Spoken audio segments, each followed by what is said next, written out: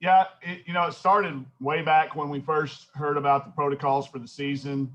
When they announced them, you knew it would be inevitable, probably that you would have a cancellation or a postponement, that you would not be needing to fill some people in. So we kind of developed a little alliance text message group of a bunch of coaches that were just willing to play if that opportunity came up. And we just all kind of kept up with each other. Hey, this date's open, this date's open. So that started it all. And then when we landed in South Carolina the other day to hear the news about the opt out from Vanderbilt, obviously we had an open date coming up very, very quickly with that 28th day right around the corner. So it was important we find somebody that obviously had that date and was willing to. We were hoping to come to Fayetteville. We didn't really want to schedule it with another road game, so we jumped on there, and UConn had actually reached out as well as some people we'd been talking to since, like I said, back in early August, late September. We had a few other people reach out, but none of them had 11 national championships to speak of. So it was UConn from the get-go. Obviously, bringing Kristen Williams home was something they had planned. They were going to play in Little Rock. That game got moved, so we knew that there was probably a hope that we could get them interested, and it worked out really, really fast. They were great. I texted Gino a couple times, and Neil, their sport administrator, was on with Todd Schaefer, and we got the paperwork done literally overnight. Paul, go ahead. Hey, just talk a little more into detail. I mean, this is something that came together, but you kind of talked about the doing things ahead of time. How much does that help this process? And I mean, is everybody doing a little bit of this? I think so. I will tell you that we initially had a few people in our alliance group that were like, "Oh yeah, we'll play," but they ended up really not wanting to play, that group of people. So when opportunities came, they're like, "Oh yeah, we can't play." So the group thinned out as the year went along. It was down to a very few number of people, but that was, I thought, was key. Jeff Walls kind of started it. I give Jeff the credit for, having the vision and the foresight to get in there and then spread the word on people that would actually, put together a game like this. I saw it go across the scroll last night on ESPN. I'm not sure I've ever seen a schedule change go across the bottom, but that was a huge key to it. And then staying in contact and keeping up with it. Todd kept pretty much a running tally sheet of people that needed games and what dates they needed them on, so that, because you have to do it quick. If you don't do it quick, it gets nabbed up. So it was perfect timing and a lot of preparation ahead of time than being quick to action. And our administration too. As soon as I texted Jarita, our sport administrator, she had the approval within 25 or 30 minutes after talking to who. And then next thing you know, we got the tickets worked out, and we got just a lot of people into action really, really quickly, and got it all finalized, like I said, literally overnight. Porter, go ahead. Coach, talk about how much this means to the state of your program, where you're able to get a team like UConn to come to Fayetteville opposed to you going to Stores. We will go back to Stores eventually, I promise you. I'm not sure what year it'll be. We were able to work out a deal. I want to go back. I want to take our kids up there and see it, but I think it was more of an element of timing, Porter. I mean, that they wanted to bring Kristen home. But I also know that I don't think Coach Ariema would have brought his team to Fayetteville if we weren't good enough to compete against them. I think, there was a lot of other options. So I do think it is a sign, another piece of evidence, like we like to talk about, that we've gotten into the conversation. We need to start beating some of these guys.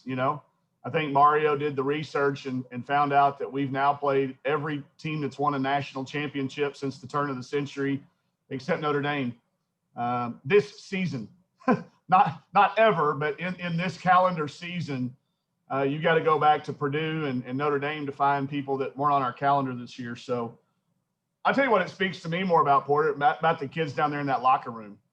That, we talked about this at the beginning of the year, and that was another part of this whole deal. I went to our council we don't have captains this year because we've got so many people that contribute in unique ways, but I went to that council and said, if we start to lose games, what do you want? What direction do y'all feel most comfortable going in? And I'm telling you, it was absolutely unanimous, and not like, it wasn't like one person speaking up and then everybody just piggybacking off that person. They were like, best team we can find, and I would check in with them periodically. And I checked in with them after the South Carolina game, just to make sure that our confidence is in the right place, that there wasn't any second thoughts about the type of opponent we needed to replace that with. Again, it was unanimous. Find us the best team you can play. I think if we didn't find the best, it'd be a fun argument to be a part of. So I think it speaks more to our kids' desire and confidence to battle through this, and awareness of what it does mean. Bringing a game like this to Bud Walton. One of the kids said something about, Coach, we owe it to our fans. And they were right, to put a game like this for them to be able to see, even though it's going to be a 4:00 game, get out of school early and eat a little bit later, but try to find a way. I talked to the ticket office just a while ago, and we're down into under 1,000 tickets available for that game. So we're hoping to create a little bit more momentum and get that thing sold out to the max capacity of 4,000. Seth, go ahead. Yeah, Mike, it might be secret information, but can you divulge any, maybe those other coaches that you might have had communication with about filling this? I've been talking to Adia Barnes at Arizona because of our relationship. Kevin McGuff's somebody I talk to at Ohio State all the time. I talked to Walls, Jose Fernandez at South Florida, Mike Bradbury. I mean, there were several people along the way. Corey Close, I talked to her at UCLA. There was a group of people that were all kind of, hey, we want to fill the best types of games we can play. So, that was the people that reached out that I know of, or that I have contact with. They may have had some more in upper administration, but those are the ones that I'm aware of because they came to my phone. Russell, go ahead. I know this may be diving into some of the Georgia stuff too, but how do you keep them focused on Georgia with UConn coming up next week? And what do you tell them? That's because of what we've done every step along the way the last 3 years. This group can do that. I told them, I said, y'all talk about UConn today and tomorrow. And when we hit the practice floor today, it goes all to Georgia. And they've given me all kinds of examples of their ability to do that. So I gave them, let them have that time. We had an extra day. This was our bye day. Use it as a bye day. Let's talk. It'd be okay to talk about. Spread the word. Get as many people out here as you can. Talk about UConn. Get prepped for it. But when we hit the practice floor, now it's Georgia, and all you have to do is show them a little film on them. I mean, Georgia's 12-1. They play South Carolina tonight, so we'll get to put our eyes on them and a common opponent. They had a little shuffle in their rescheduling, so I think a lot of our kids will be glued to that. And I'm sure that'll get their attention really quickly. If we don't do it on the practice floor today, I think their play tonight. Georgia's always given us fits. They've got, the formula of really, really good defenders on the ball and bigs that they can funnel into to block shots and cause problems around the basket. So they have the ability to take away two of our three things and shoot the three and drive it to the basket. So, I think if it had been a different opponent, maybe we could have got caught in that a little bit. I'd been a little bit more concerned about it, Russell, but since Georgia has beaten us the last time we played and they're playing well this year and they're getting ready to play South Carolina, I don't think the kids will. And also give them opportunity to talk about it. Reply to every message, post your social medias, retweet, do all the stuff you can do. And then that way, I think it'll be a little quicker for us to turn the page too from a Monday to a Thursday, because we normally play Sunday, Thursday. So I think that'll give us that extra half a day in there too, that we won't have as much time to prep as we normally would. Jacob, go ahead. Mike, whether it's before the year or replacing a game because of COVID, what are some of the pros and cons to maybe scheduling a team that you guys can beat easily by 20, 25 points, or scheduling the Maryland, Baylor, and UConns of the world? The part I'm really sick to my stomach about, Jacob, and that is an outstanding question. Thank you for probing into that. It's hurting our freshman development and our bench development for the future. That we don't have these, games where, you anticipate winning by enough to where they're going to get actual game minutes.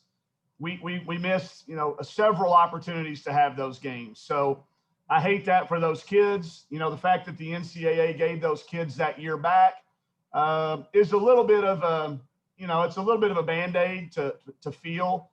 But from what we were told, and again, you know, I'm trusting information from people I really trust, the NCAA tournament's going to be dependent upon how you played against the very best teams on your schedule. So I wanted to give us as many chances as possible for that to be the case. I wanted it to be so difficult that when those people got in that room, they looked down, they went, okay, Arkansas's played everybody. That they had, and in the games they had the opportunity to do with. What did they do when they could control who they could control? Not your league schedule, but your non-league. It looks to me like they tried to prove that they can play. And I wanted it to have that evidence in this particular year. I'm not telling you it's a good idea or something you're going to see in the future, scheduling every national championship since the turn of the century. We'll try to get Notre Dame in there and just knock that one out. I'm not telling you that would be a good plan or a good idea to build a program with future rules. But I'll tell you what I did see. Did y'all see where the NCAA released and said you don't have to have a winning record to get an at-large bid? So that to me was a good sign that my information is from a trusted source. I don't think they would have released that unless they realized there's a chance that some team worthy to be in the NCAA tournament might have have an under 500 record, but still be good enough team to compete with the best. So that could be us. I mean, I know it could be. I look at our schedule that we have left and what we've been through and the fact that we've played is the number of games that we've played. You know, I just want that committee to have a mountain of evidence to have to look through when we get talked about to be considered. So Trey, go ahead. UConn feels that rather than a bye game, somebody we knew we might, you know, be able to beat badly. Trey, go ahead. Hey, Coach. Earlier today, Hunter Yurachek said that he was, you know, shocked and wondering if the text you sent him was real when you texted him about the opportunity to play UConn. What did that text exchange go like, or was there ever a phone call made? No, it was just that. I wanted to clear it with him and Dorita. Those are my up-chain reports. I don't do anything major decision-wise over here without clearing it through Dorita and Hunter. You know, it was kind of a joking. I think he was kind of halfway joking today when he said that because I mean, I've told him before that we wanted to play the best we could. He checks on my sanity quite a bit, though. I mean, you know, I am a new father at my age, and you know, I don't. Y'all saw what I was eating. I don't have the healthiest diet, so he just does. I think he does some wellness checks on me. So maybe that was more of that. Hey, you mean Connecticut, right? Or do you mean Central? You know, whatever. Maybe. But I think what he was trying to do was illustrate that not everybody would do that. Not every coach would have a team that wanted to do that. I get that. And there may be years that we don't have that team. I don't know. But this year we've got a team of kids that have been in a bunch of big games. And the preparation for a UConn is different than a preparation for one of those games, maybe like we mentioned. This group of upperclassmen, especially now, have been in a bunch of big games. And I think they like that atmosphere. It's a different kind of pressure when you're going into a game that everybody in the world expects you to win. I'm sure when ESPN puts their little picks across like they did before the Baylor game, it'll probably be unanimously UConn. That's okay. Our kids, it was that way the other night against South Carolina. We're okay being that person still because we've only won one of these. We've lost, you know, a close one to A&M and played in South Carolina pretty tough for about, 3.5 quarters. But, until we win several of these, I think we're going to continue to be a little bit of the underdog. And I think our kids like that situation this time of the year. Porter, go ahead. Coach, what do you think it says to your players that not only are you talking about, hey, we want to play the best, but we are actually playing the best? And when you reflect on this season and the most difficult seasons ever, you can really look back and look at the teams that you really played, and you're like, and further recruits, like, look, we've played Baylor, Maryland, UConn, South Carolina, all in the same season. Yeah, it's a pretty good story to be able to tell, and it's not fake. You don't have to fabricate anything, we haven't really put a lot out about it because everybody else has been doing the talking, and that's what's so great about it. You know, I've mentioned Pawpaw Neighbors many times, but he always said, if you have to run around talking about how big the things you're doing, you're probably not doing very big things if you're the one doing the talking. So the fact that it's on the scroll for ESPN, I mean, we don't have any control over that, but that shows that's that type of stuff. So I think our kids appreciate and understand it. They shouldered that load because, again, in the end for them, you know, none of those kids agreed to come here saying we're going to win 100 games as a class. They all wanted to go to the NCAA tournament more than any class had ever been, and leave some stuff on these banners out here. Come back and see their years that they were here on these banners. So I think they've been really true to what they agreed to come here and why they came here. And to do that, you have to play that type of team, those type of teams. You don't get that type of, you don't get across the scroll of the 2 days or a week before you play the game on the ESPN scroll, unless it's somebody like a UConn or those other teams you mentioned. All right. Any other follow-up questions related to the UConn scheduling? Seth, go ahead. Like you said, preparations change when you play a team like UConn. How? It becomes less strategic, like tactics wise. Like we won't spend as many time on their actual plays and worry about their play calls. And they have a very clear way that they go about doing things. So you work more on principles and tendencies than you do on actual X and O tactics.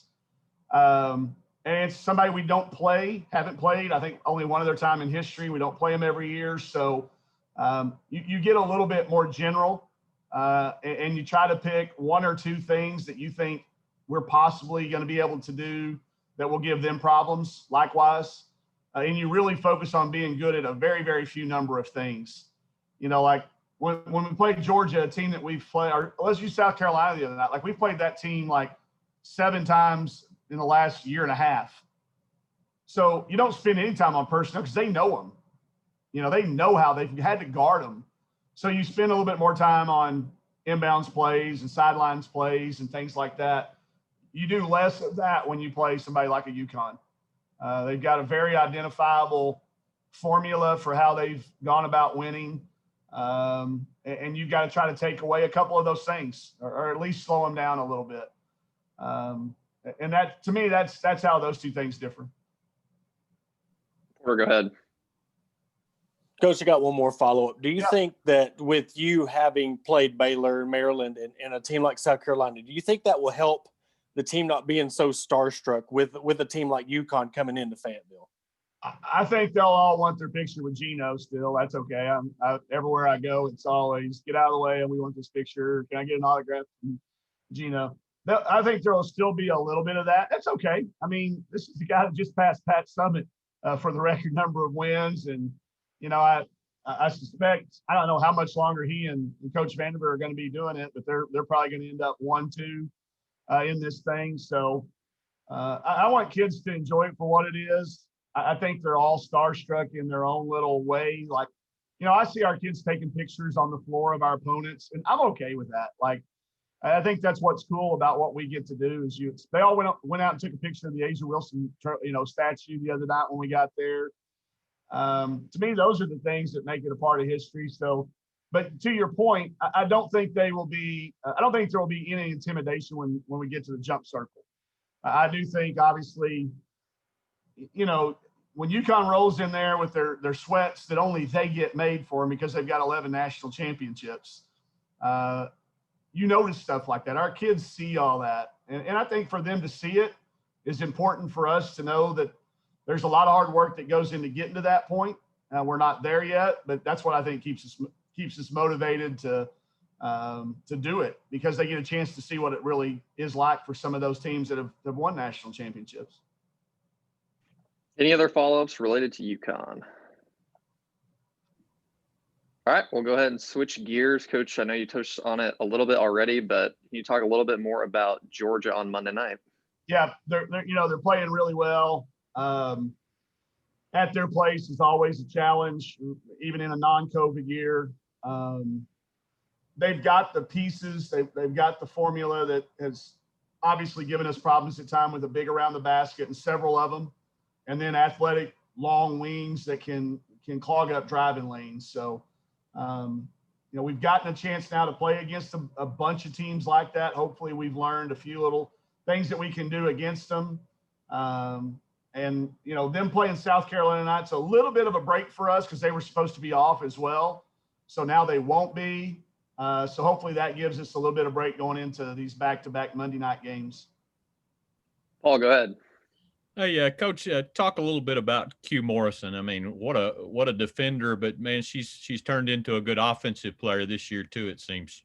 Yeah, she takes Gabby Conley off the point a lot, allows Gabby to get down and get some catch and shoot situations. I literally just wrote down on my scouting report, she strips the ball away from you about 3 or 4 times a game. I mean, and good players, not just like not taking it from me, taking it from really good players. I think maybe she's part of the difference in their team.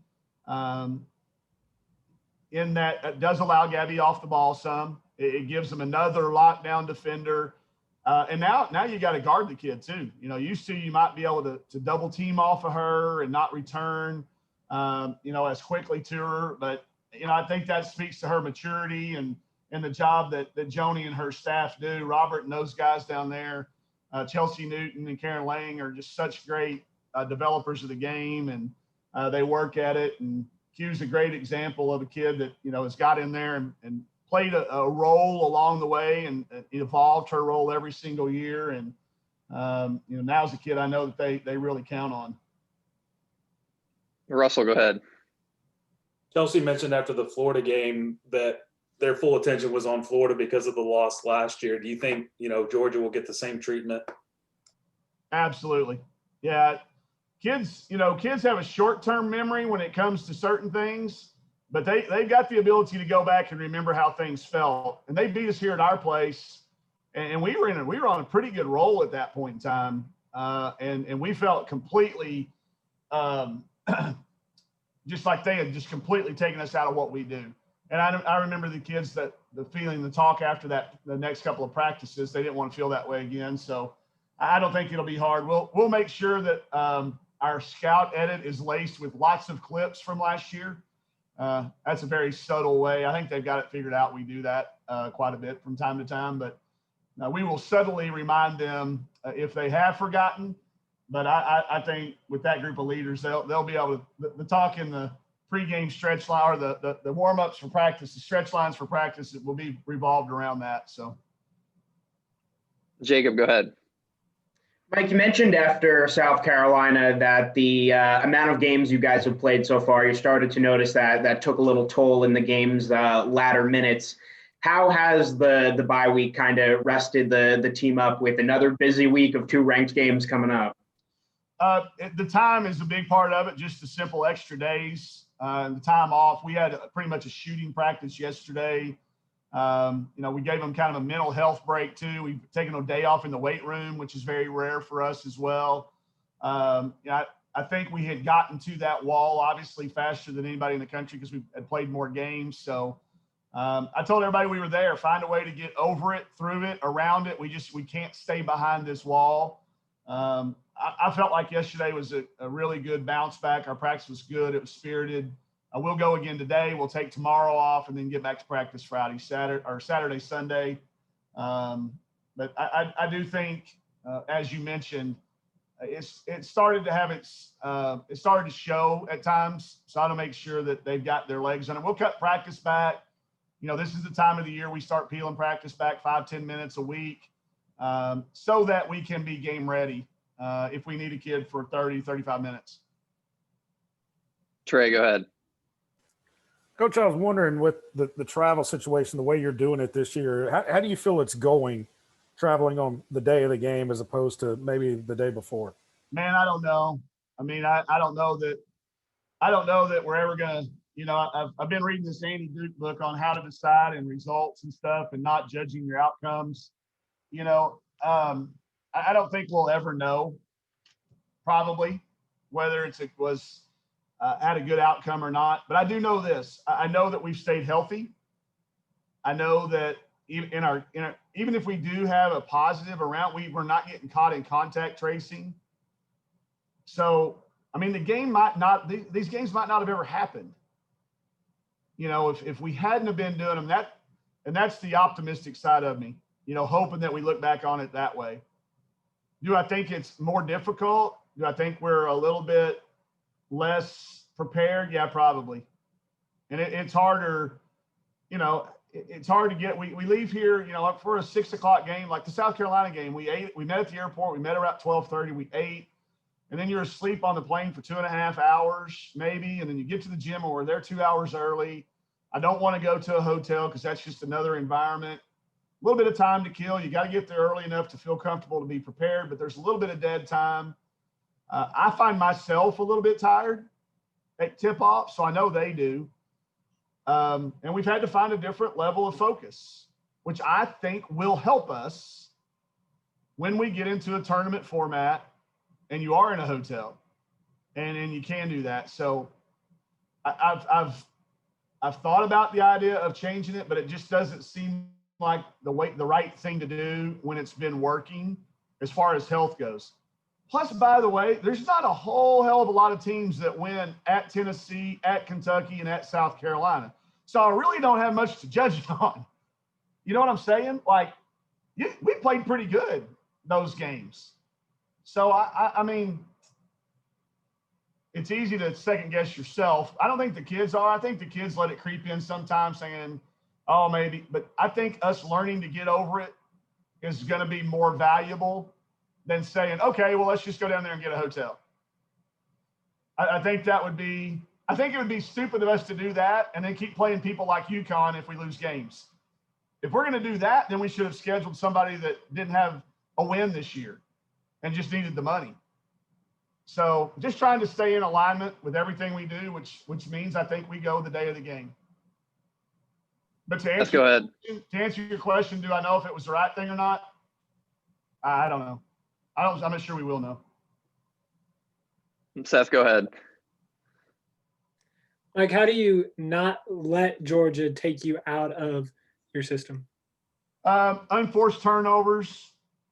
You know, if they take it from us, fine, but just uncharacteristic turnovers, uncharacteristic foul trouble, uncharacteristic lack of toughness when they do get up and guard you and might shove you a little bit on your cut, you know, and might hold you when you try to rebound or jump on your back a little bit. I think you got to eliminate all of those factors first and foremost. If you let them affect you that way, then nothing's going to work. So we got to stop that first and foremost. We've got to eliminate all of our controllables. And then with them, you know, Jenna Stady has just done such a good job for them around the basket. She shoots an incredible percentage. It was like, I looked at it the other day. You know, she's shooting almost 90% as a big kid at the foul line. She's got great touch. We've got to make her score over us, not around us, and from a little bit further out than she wants to. Get back in transition. If you watch the South Carolina game, we started sending 4 people back. That's something we will probably continue to do. It saved us probably 8 to 10 points against South Carolina in transition. I think it'll be important for us to do that against Georgia as well. Porter, go ahead. Coach, you're talking about the motivation of revenging that loss last year against Georgia, but how much extra motivation is it to as well get that road win against an SEC opponent? The kids understand the impact that the net has on a road win against a top team. You know, Georgia's in the top 20 in the net ranking. They understand the bonus that you get for pulling off a game like that. So I think their desire just to, you know, establish our place in this league. I think the league is as deep as it's been since maybe the late 90s. For those that have been around, you're looking at, I mean, I could make a case for 10 teams to get in the NCAA tournament this year, probably. I do think our kids understand, you know, it's just another opportunity to get one on the road. And it's the next one. So it's the one you've got to be the most focused on. Yeah, I think that's what drives them. Any follow-ups for Coach on Georgia? All right, everybody. All right. Thanks, everybody. Thanks. Thanks, Mario.